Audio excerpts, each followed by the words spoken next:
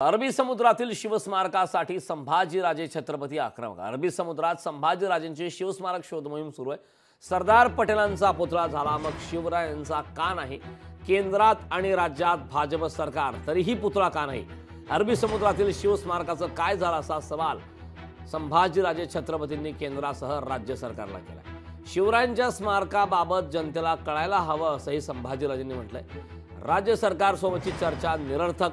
50 कार्यकर्त्यांसह संभाजीराजे जलपूजन झालेल्या जागेच्या पाहणीसाठी रवाना। Sambhajiraje Chhatrapati gateway of India जवळील धक्क्यावरून समुद्रात रवाना होत आहेत, याचा आढावा घेतलाय आमच्या प्रतिनिधी।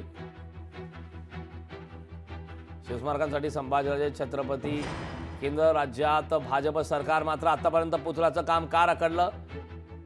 सरदार पटेलांचा पुतळा झाला, मग शिवरायांचा का नाही? अशा प्रकारचा सवाल आता छत्रपती संभाजीराजेंनी केले। अरबी समुद्रात संभाजीराजेंची शिवस्मारक शोध मोहीम आहे, त्या संदर्भातली ही दृश्य आपण लोकशाही मराठीवरती पाहतो। तर आता शिवस्मारकासाठी छत्रपती संभाजीराजे आक्रमक झाले। तर अरबी समुद्रात संभाजीराजेंची शिवस्मारक शोध मोहीम या संदर्भात ताजे अपडेट देण्यासाठी आपले प्रतिनिधी अमोल धर्माधिकारी आपल्या सोबत जोडलेले आहेत। अमोल, छत्रपती संभाजीराजे हे शिवस्मारकासंदर्भात आता आक्रमक झालेत। राज्य सरकार सोबतची चर्चा निरर्थक झाली असं ते म्हणतात। राज्यात आणि केंद्रात भाजप सरकार आहे, तरी देखील इतके दिवस हा विषय का प्रलंबित राहिला असा सवाल त्यांनी उपस्थित केलाय। संभाजीराजे संदर्भात नेमकी काय अपडेट आहे? ते जलपूजन झालेल्या जागेच्या पाहणीसाठी ते रवाना झाले।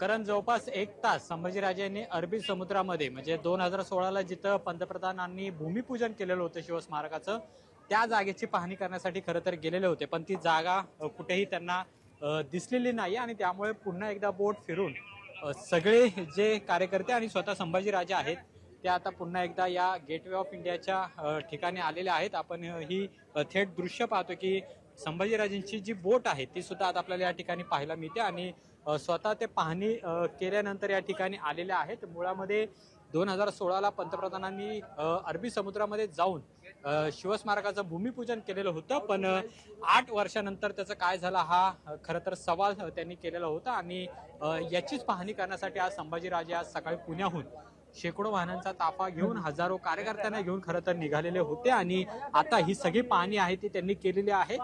बाहेर आल्यानंतर आता स्वतः संभाजीराजे हे नेमकी काय भूमिका मांडतात, पुढची त्यांची भूमिका काय असणार आहे, कारण की आता पाहणी तर झालेली आहे आणि पाहणीमध्ये असं दिसतंय की शिवस्मारकाचं काम हे कुठेही सुरू झालेलं नाहीये।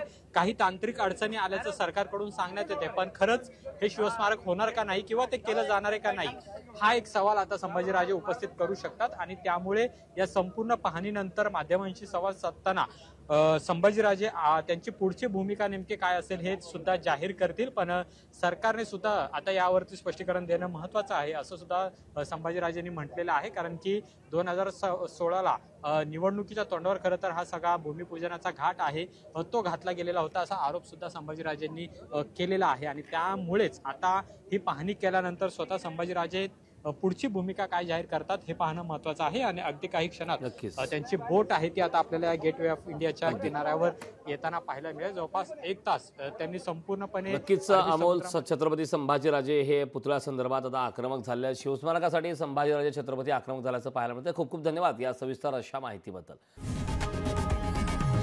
लोकशाही मराठी ऐका, पहा, जागरूक रहा।